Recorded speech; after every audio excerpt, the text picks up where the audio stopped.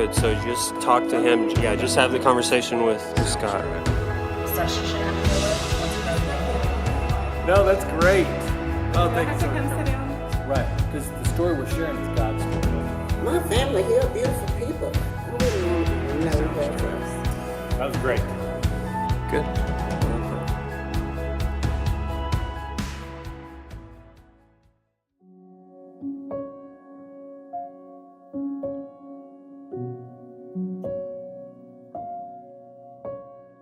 All right, my name is Rebecca Simmons, and I have a husband, Jason Simmons, and 2 kiddos, Lila, who's almost 6, and Bayer, who just turned 3. And we've been coming to Johnson Street for about 4.5 years. One thing I appreciate about the Johnson Street family is just that I came in here really knowing no one, and it was very welcoming very quickly. People just came up and introduced themselves and tried to get me involved with things. Jason isn't able to come to church all the time with me, so they kind of saw that and they made sure that I felt comfortable, and I had a little one and she wasn't the easiest one. So they welcomed me to Mom's Bible study, and I got to know a lot of people there and joined a small group, and it just felt like family immediately. And just since then, the support from people who don't really know me that well has been crazy, especially when we had Bayer, and the encouragement cards I got in the mail from people that I was like, oh, wow, that's amazing that they just took the time to send me encouragement, and I definitely needed it and I appreciated it. In 7th grade, I got into running, and running has been my thing. It stuck. My coach just came up to me and was like, hey, you wanna go try the mile at the track meet? I'm like, sure. Well, then I just kept going, and I didn't stop at high school, college, road races, and then just recently Boston. And I kind of feel like running mirrors my life, the way, the ups and downs, the pain, the suffering, the peace and the joy that it does bring. But it's hard and it's not easy. Training is not easy. Training for Boston was super difficult. I had to trust the process and understand that it wasn't going to be perfect. I wasn't going to get to run as much as I wanted to, especially with kiddos. My kiddos are wonderful. Lila was not easy. She was my first one. She didn't sleep until she was 2.5 through the night. I mean, she woke up every hour. I don't know why. She's stubborn and strong-willed and wonderful, and she has dealt with a lot of stuff she shouldn't have to deal with once her brother came along. And she is sensitive and loves big, just like her daddy.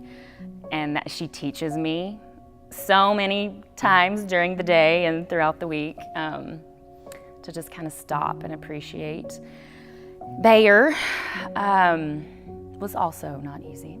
He decided to make the most dramatic entrance into the world he could possibly have. And he is also stubborn and super happy. I mean, you look at his face and his grin will just, I mean, you can't help but smile. But he did. He was early, really early.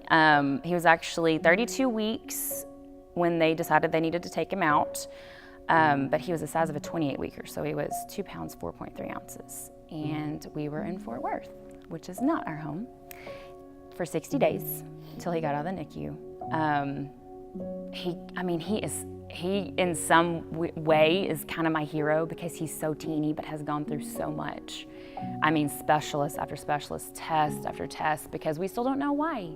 He's needed to stop growing. He was healthy, I was healthy, pregnancy was good, but he has NF1, which is neurofibromatosis type 1, and that is where your nerves, your cells grow too fast and on your nerves, and so it can cause pain, it can cause tumors, it can cause, higher risk for cancers. There can be bone stuff, there can be learning stuff, so every kiddo is different. Some people you would never know have NF. Some people it's very obvious and they have a tough life. We don't know how that's gonna be. Just from day one, he was kind of out of the norm. He still, to this day, does not follow the timeline they think he's going to follow. He's way ahead of the game. He does great in therapy. He's just so dang stubborn, and that's good because he needs to be. It gives me joy because he's so happy and wonderful, but it also gives me extreme anxiety, which I have never dealt with before. I've had, my ups and downs. I definitely have gone through trials, not the easiest life, but I've never had anxiety or fear. And it was pretty much the minute we had to go to Fort Worth to take him, make sure he was safe and good, the anxiety just started and couldn't control it.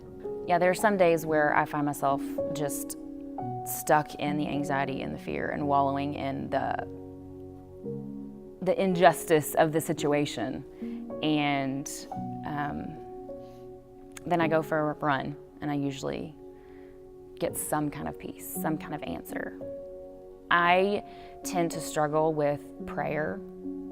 There are some days where it comes super easy. I know exactly what I need to pray for, easy stuff, praying for family and just like day-to-day things that I need to pray for. But when it comes to the hard stuff, I tend to just get overwhelmed and my mind just goes blank. So I do a lot of just remembering and saying out loud constantly, "Thy will be done." And that has kind of been my go-to, my hope in that small little thing that I can say, that prayer, that thy will be done. Like, as long as it is your will and it is not mine, it is going to be good and it is going to be perfect and wonderful.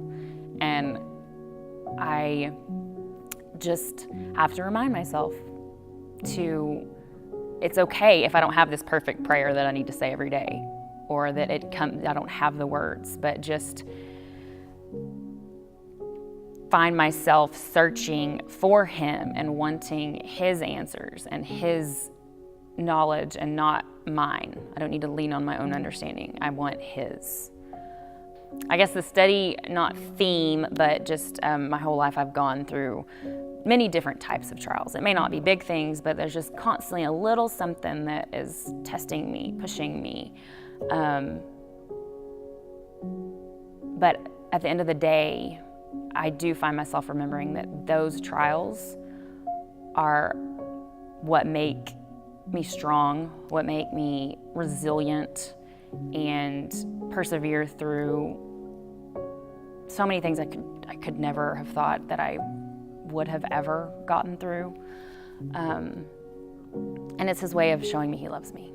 And it's hard to remember when you're in it, but at the end of the day, I know that he loves me and I do trust him, and I just need to let go and let him do his thing. My name is Becca, and that was my story. You have a story too, and we're all a part of God's story. It's a story worth sharing.